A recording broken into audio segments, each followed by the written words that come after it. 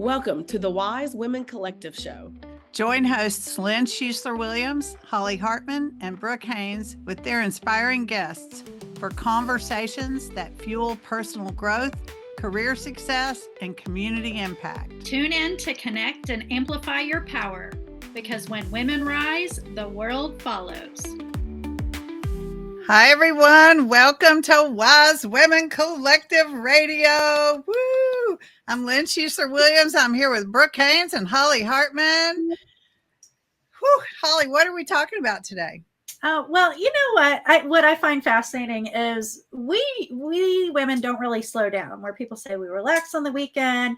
But I know that I was really busy this weekend doing some pretty cool things. But I'm curious, what were you all up to this weekend? What magic did you all create? Oh my goodness, Holly. Well, we people say to me all the time, when do you have time for all this stuff? Or I can't keep up with you. And I'm like, nobody asked you to. You do you, babe. But so no pressure to be like this here, but we created some cool stuff this weekend. While Brooke was traveling and I was home. We weren't even in the same city, but we were working together on some cool stuff. So yeah, so I had this idea. I have a community. It's called Wise Women Collective. And I wanted to create a special offer for the women in my community. And I won't go into the details of it really, but I wanted a way to that made sense as a win-win, sort of. I wanted to create a win-win for the women of Wise Women Collective. And I wanted it to be a win for my business. Like I wanted it to make sense for growing my business as well, without it being like trying to sell something into the community. Like that's just not who we are and what we do. Although we're happy to promote within, but So I came up with the idea and fleshed it out and talked to Brooke about how I was going to make that work on the back end systems that she knows better than I do of my own systems. Thank God for Brooke Haynes. Can I just say that over and over and over and over?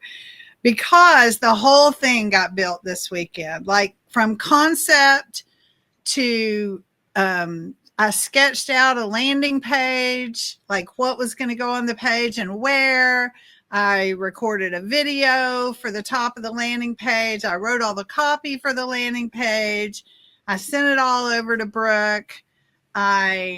Brooke built the landing page and connected it backwards into the back of the system so that it does all the things it needs to do.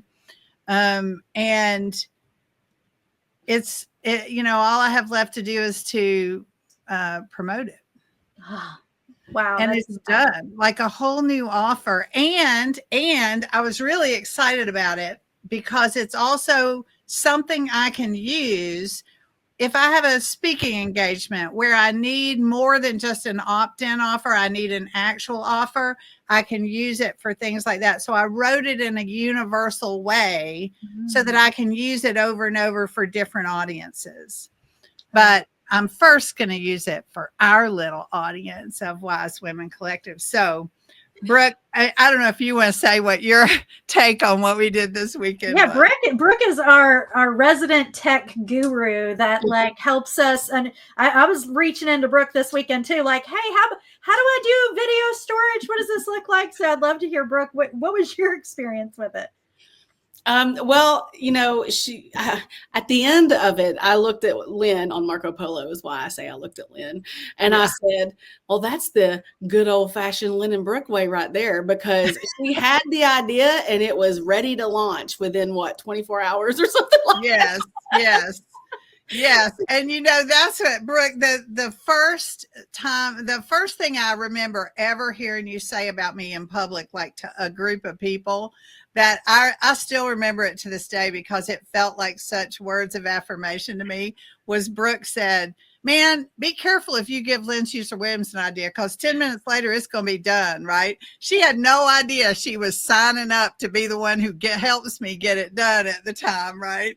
That was years ago, but it's so true. It felt that kind of good, juicy, like, here we go down the rabbit hole, you know, and I Good. think people seeing the possibility of that. So before we get into all of that, because I want us to talk about what stops other people from doing that juiciness, and even us if we're not paying attention. Holly, I want to hear what you do this weekend. What was your juicy thing? Talk about somebody who can execute. Right, exactly. Talk about somebody who makes me look slow. By the time I wake up in the morning and brush my teeth, she's already done a day's worth of stuff. Oh my gosh, y'all. We wake up and Holly is miles ahead of us already. So I love it. I was at a meeting not too long ago, and Latoya Bradley said the same thing when I walked in the room as what Brooke said to you, Lynn, was like, be careful what ideas, because we were in this big, huge, like community collaborative meeting. They're like, I'm telling you, be careful what you tell Holly, because she's going to make it happen like soon. So be careful. Yeah, it's this, I feel like if I've gotten the idea, if part of the belief system I have is if the idea came to me, there was a reason why I got the idea. And I have the now belief system, probably because I'm 47 now, this belief system that I've built up of like, well, why not me? Why not execute it? And what resources do I have available? And I've had to do a whole lot of duct tape and a prayer for a lot of my business life of like, where can I piece this thing together to make this thing to work, to like, so I've done a lot of training my mind of going, okay, I can make it happen. And I know I can because I've duct taped lots of things together multiple times and had success. So it'd be beautiful if I was ease and flow. Now, who I didn't have a whole long time was Brooke. Like everybody needs a Brooke in their life if they're navigating this like new business world online and all of that.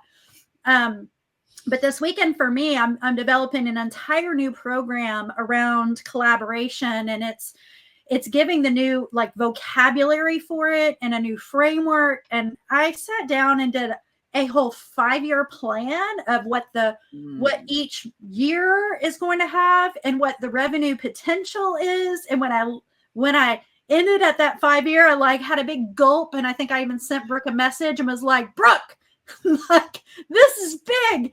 And she was like, yeah, you're moving in that, you are becoming that, and I will become that. And I believe that even if the goal feels big at the end, I'm not the same person I will be 5 years from now, but I am the person that gets to start it today and know that I will become that. And I have full faith that I will.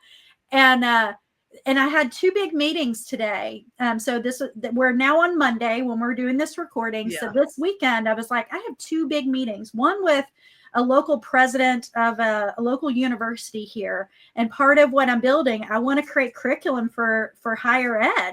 So to have this conversation, I'm like, I need a 1-pager, 2-pager. I need something to show the validity of what I'm creating. And I created 4 pages and a whole pitch and how they could be involved. And in that meeting, she was like, okay, I already have like 4 different ways I can put you in front of all these different places. And this is needed. And what I see is this, and the beauty of this is, and we talked about momentum, and we talked about imposter syndrome, and how women are many younger women in particular are struggling with stepping into their leadership role and out of imposter syndrome and perfectionism and needing to get started. And the thing she said to me, and she looked at me, she goes, what I've seen about you and how you move about is that you have an idea and you take action and you execute. And she's only met me a couple times to be able to see that and go, that's what I'm modeling. And she said, more women leaders need to model that too. And that's what we're doing here. Yeah, absolutely. You know, and I see it all the time, you all, in my Reset It clients with, you know, worthiness is a big one, right? I don't feel worthy of the success or worthy of the support or, you know, whatever it is, right? There's so many different angles to come at that from, but they affect what people are willing to conceive that they can get done, right? Mm-hmm. And this, you know, I don't know what it is that there was some programming that most young women got that I didn't get. Like there was something that was counter to just go get it done and you'll get it done. I got the just, I know where I got it too. My dad, who was a consummate entrepreneur and businessman, used to say, just get the GD job done. Right? Like that. I heard that my whole life from the time I was a little child, only he said the real words, not the letters. But like, just get the dang job done was the thing. And that was a huge program for me. And it influenced my willingness to just get out here and do stuff. Right. Mm-hmm. So I have a mentor that I love. She's a friend. She calls herself a friend. I call her a mentor. One of my first ones that I ever took on as a coach. Her name is Tira. Shout out to Tira. And and this weekend I asked her, I said, remind me that quote you used to always say. It's actually, there's a lot of science behind it. It's like a scientific quote. And I said, it's about momentum and fast. And she said, particle speed determines power. So the faster things move, the more power they have. So when you take those, when both of you all, and you notice I'm not chiming in on this conversation much, but when you two here get that thought and you have that download and you automatically start to work, the particles are moving and the particles are going and then the power is created and then boom, the world gets to have it. It's so wonderful to watch. I'm so glad I get to be part of it over here. I like to help as best I can. And before anybody thinks that Brooke Haynes is only there as a tech support, because she is not. She is a brilliant strategist. And she is also a brilliant mindset and manifestation coach. So she's all those things for me, just so we're clear. She's not just getting my tech aligned in the back, although thank God she's still willing to do that. Well, thank you. I appreciate that. But and then going back to that statement, the particles determine, the power. Particle speed determines power. Yeah. That's what you all are kind of talking about here. Is you don't take the time, because in the world that I like to play in, I'm just going to call it out, law of attraction world. It's all about, the flow and wait till it's the right timing and wait until you're inspired and wait and wait and wait and wait. And wait. Good Lord. Look, Holly and I are just going, no. Jumping out of my skin, like repulsed by that idea. I was going to say, if you're listening to the podcast, they just fell out of their chair. But anyway, my throat's closing up. I'm pretty sure I supported on that one too. So, but what's funny is the co-creation and the beauty actually comes from action. Yeah. The action and the law of attraction community is starting to keep up with it. They're starting to see that too. They're like, well, wait. And Source, the collaboration with Source is you taking action with what the download is. Right. Yeah. Yes. So that's where when you hearing what you all are talking about, it was really reminding me of that very thing I asked her about this weekend, because it is super important. I love that. Yeah. In the vision board workshop that I teach, I talk a lot about that, of like a manifestation, but you have to take action. You can't just like sit on your couch and go, I want it and it'll come. Sometimes it does, but most of the time you have to take aligned action with where you want to go. You have to be in the spaces where that may be. I was at a lunch with a local mentor woman leader today, and she was talking about being intentional at the tables that you're a part of. So then you're in the conversations that are happening. And I loved the way that she shared it. But Lynn, there were some things that I thought of when you were talking about how your father showed up. And two, Brooke, that reminded me, your statement reminded me of Mel Robbins, her 5, 4, 3, 2, 1. Yes. So it's probably that same like mechanism that makes her program and what she delivers in that. But Lynn, I wanted to touch on, you were talking about how your father showed up in the messaging that you had, and that's part of maybe where the momentum came from for you, or like this desire to take action, or, Right. ingrained. But for Right. me, from when I was 3 years old on, I would dress my brother. I became the parent early on. There wasn't anybody modeling it for me necessarily. It was that it was like assumed, and I took on that role of taking action for the family, and that was a part of it. And then about a year and a half ago, I don't remember how long ago it was, Lynn, when you and I did Reset It, meaning you led me through Reset It.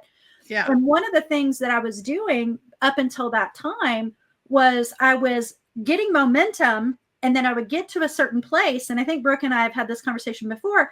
And then I would start to self-sabotage, because like I could go, and then it would be like a brick wall with my momentum. Yeah, I'll do it. And then like, maybe somebody would make a comment sideways that like I'm like, oh, okay, it wasn't. But what I've uncovered in our session for me was it was really a fear of success, not failure. And that if I hit a certain level of success, then I would lose relationships, was the belief that I had. Because that was a pattern that showed up in my relationship. But from that point on, how I have soared past where I would have had my breaking point to sabotage. And holy crap, the things I've been able to create in the past year and a half after that Reset It. Like, so kudos to Reset It. And that, I just thought I really wanted to mention that, like, a lot of what my first action steps was trauma induced. And now I'm trauma informed and make more strategic, aligned decisions for myself, not what the outside world is telling me. And so I think that's really interesting. And that's true for me too, Holly. A lot of people have seen that video about the thought that held me captive for 54 years, right? And if you haven't seen it, it's at 54yearthought.com. It's just a little 5-minute story of my life. But the thought was, it isn't safe to be too successful. And I had done so many things along the way to try to get rid of that. And I think the real point in this conversation is, we have to find ways to be aware, to recognize what's in our way, to be self-aware enough that we're always looking and asking, like, what's stopping me here, right? And to then find the ways for you to get rid of them, right? And I was on a 40 plus year journey there, right? Trying to always, personal and spiritual development was the story of my life from about age 20 to age 60. I mean, seriously. And, I had plenty of little successes along the way, but a story that sounds a lot like yours.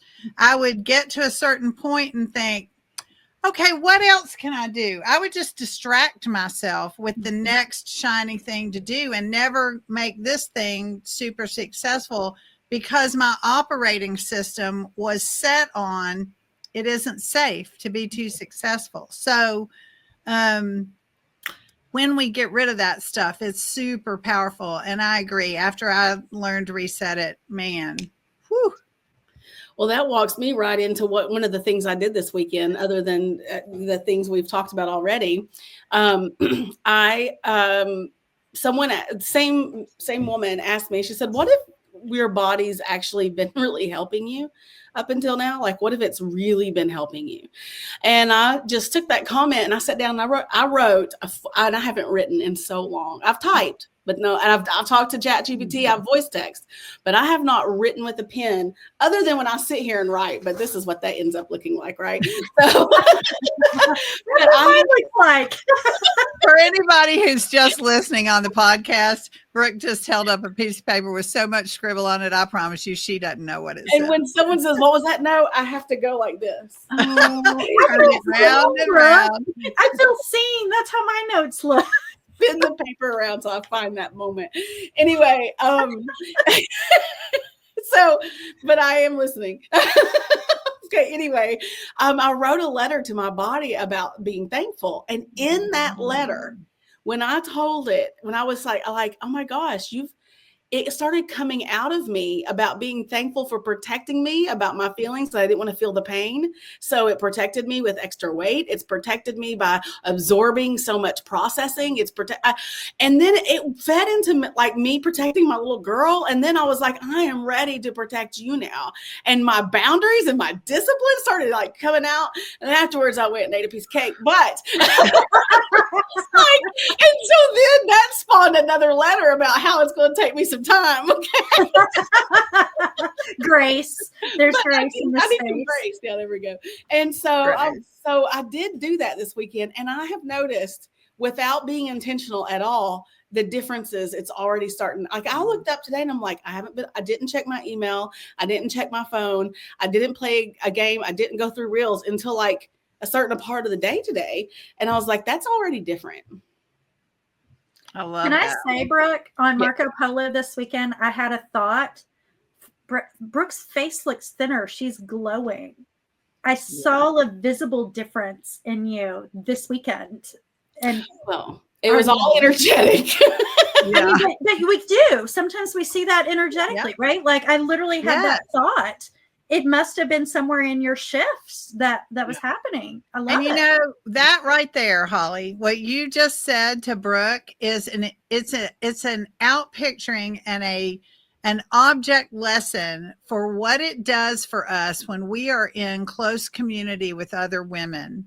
Because when we have a circle of trusted, positive, loving relationship with other women, especially women who are doing the things that's for them to do, like doing their own things, it is so fabulous because we get moments like just that right there. Mm-hmm. And, you know, where you saw an energetic shift in Brooke because you see Brooke and you are in relationship with Brooke and you, right? And the same thing happened today. Holly sent us a mock-up of the thing she created this weekend. And we just, you know, she heard back from us all the positive, all the good, all the impressed, all the things, right? And that sort of stuff feeds our momentum to keep going, right? Mm-hmm. That's such a clue to what we're talking about here today about, you know, that get stuff done thing. And for me, it is totally fed by being in this community of wise women right here. Mm-hmm. Absolutely. Absolutely. It's the thread for me. And when we say, why, how do you do so much? And the two big meetings I had today, you do so much and all this, I said, but there's a thread in all of it. It's connection. Yes. I'm connecting with myself. I'm connecting with others. I'm connecting others with others. Like, so it may on the outside look like it doesn't make sense, but to me, it's all about connection. And so you just spoke to that. Like, that's why I'm here. That's why I show up. That's why I am friends with you all too, beyond our mentorship that we do together, our collaborative stuff we do together, but I feel seen and I feel loved and cherished and also challenged. Yeah. Yes. Oh, yeah. Yes. Yes. You know, there's that old saying in personal development world about you become like the 5 people you hang out with most. And I'm like, thank God, because I am super intentional about who I hang out with most. Right. And the top 2 are in this room, right? Like I am telling you, it is energetically as well as more concretely. Like it is about, I see Holly making choices and doing things. I see Brooke making choices and doing things. It feeds my willingness and my, you know, just showing up to my own things because I'm with people who model it for me all the time. Like I could easily, you know, go, okay, I'm done. I'm old or whatever, right? But I'm never going to do that, you know? And those are other, you know, our patterns that we show up to work with. You know, I was lucky. I had the patterns of my dad who was 96 when he gave away his last client, right? But I also have all the social programming that I got as a young woman about what it means to be a proper Southern woman, for one thing, right? Which, I fought against all the time, but that doesn't mean the programs didn't stick, right? And so we have to just be so aware and be conscious and make choices like this juicy choice. Very juicy. And I feel like the need to wrap something up about a conversation we also had here today about the effort and the action, or we talked about action. There is a difference between taking action and even a lot of action and effort. They're not the same thing. And so what I see here in our community with the three of us is because we are so important for us to be aligned in what we do, and that we carry on clients and speaking engagements and all the things that we do are important to our mission. We're aligned, and the action is not effort. And when it feels like effort, we're often coming back on and saying, I think this needs to change because it feels like effort. Yes. When we look into what needs to change, does it need to be dropped? Does it need to change? Does it need to align differently with our future? What is it that needs to change about it to feel like effort? And that's part of the beauty of this circle right here, is that we're willing to always speak our truth about that stuff to each other. That's been a key from the very beginning of my relationship to both of you individually and collectively, is we all have permission to say, here's what's going on for me. And the others are leaning in and listening and being, supportive from, I want this to be what works for you too. So let me lean in and hear what's important to you. Like, gosh, y'all, I want the whole world of women to hear that you can do that with other women. And it is powerful.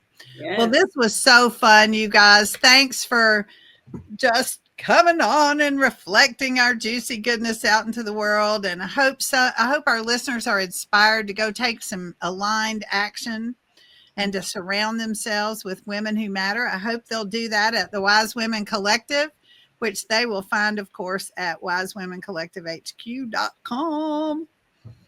All right. Bye, Thank y'all. you for joining us on the Wise Women Collective Show.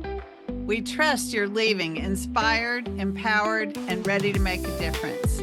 Keep the momentum going. Join our Wise Women Collective community at wisewomencollectivehq.com. Connect with other women. Amplify your power, and together we'll continue to rise. Until next time, stay strong and connected, because when women rise, the world follows.